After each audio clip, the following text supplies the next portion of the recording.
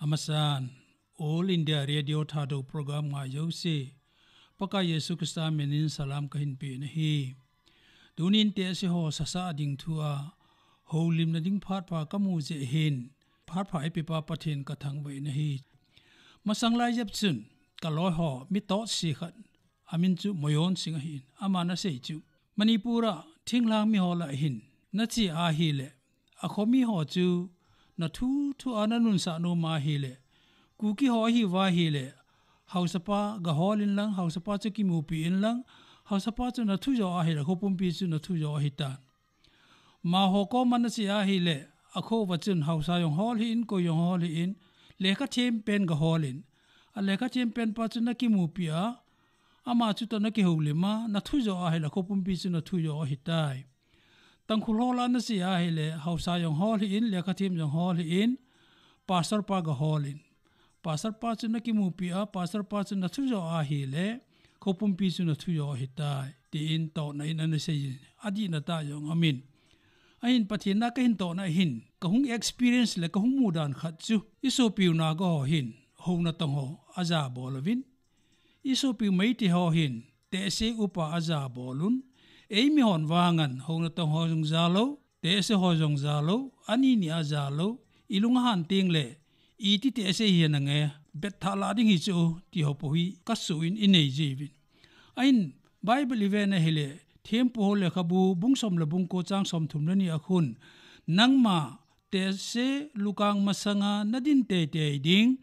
upa maya jong zabol na nanei ding chule na pathin jong nagin te ding hi keima pakai pathin chu ka hi ati chule ipui pa te khonga pa na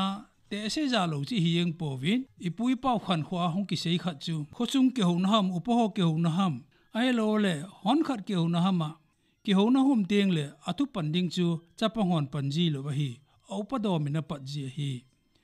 chule zo som thum le ni chang gu bi ve le ven ili hu kitipa hin ka kum lamin keima khangdong ke hin ala yin na ho wang upache na hi ta ve ye chun na ho ko ma kalungel phon do ding hi kati jong azan kaza ajong achai ati proverb somni le thum chang somni le ni hi veki 11 epcm na hingpa na pa thu ngayin nanu jong ate se ting le na sa mon ko hi in ati chule first timothy bunga chang khan hi 11 epcm upa Tehse ho pho sal hi in na pa tabangin za bolin zol thon ati exodus thulhun lui bungsom ni chang thuma pana som le segi khu ve na hi le 10 commandment kiti bible sunga popular ta thu som ki pi chu imu ve na hi Hiche chun epcm number khat na pathenin mi te ko ma ke tailo pathin dang na nei lo hel ding hi ati ani na milim sem tu ho wi win athum na pathen bin chu mo mai mayin pan hi un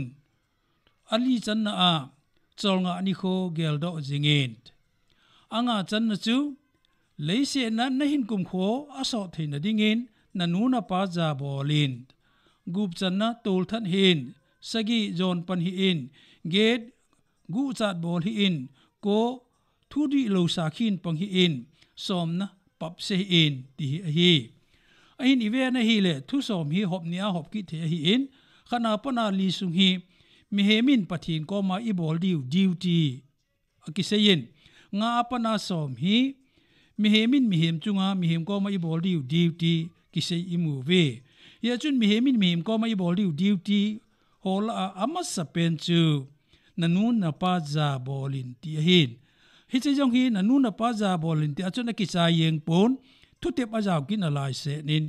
ipiham atu tep chu leise chunga ne hin kum pho so theina dingin nanu na pa za bolin ati hi Hiche tai lo thupi adang tam ta chum nan ai wangila khat chabe hi thu tep promise aya pu na hi ahin pathenin thupi ape na hin nanu na pa za bolin ti hi seilo kho pe na akoi hi ti ga he thi kha chu tul that hi in ti hi tul tha ki ti i dei po ve ithal he ve I hol he ve I gamu wa so ding ni dei poi I khusunga so ding ina dei poi ai wangela pathenin tul that hi in ti sanga hi sei masa lo kho sa chu nanuna pa za bolin ti hi John pan hi in ti John pan ki ti hi I society wa ki da ta hi in ai la pathenin John pan hi in ti sanga sei masa lo kho sa chu nanuna pa za bolin ti hi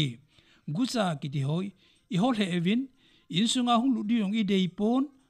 ahin la pathenin guza hi in ti masanga hi sei masa lo kho sa chu nanuna pa za bolin ti hin thudi lovin sa khi bol hi in thudi lo win pang hi in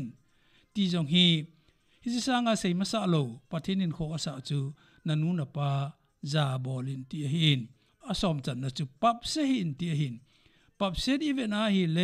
le se chunga boina ki tha ki mat ho hi atam zo pap se na ko na hunga hin